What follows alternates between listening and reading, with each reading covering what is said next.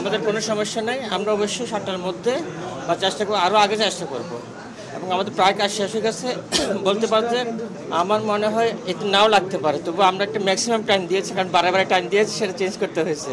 আমরা চাচ্ছি একেবারে কোনোভাবে যেন আর টাইম চেঞ্জ করতে না হয়, এবং আমরা চেষ্টা করবো 7টা তার আগে চেষ্টা করবে। আমরা চেষ্টা করছি 3টায় রাখার জন্য। যে বললাম একটু আগে 7টা হল লাস্ট টাইম, এর আগেও ফলাফল দিতে পারে। যদি 3টার মধ্যে গণনা শেষ হয়ে যায়, তাহলে আমরা চেষ্টা করবো 7টার আরও আগে ফলাফলটা ঘোষণা করার জন্য।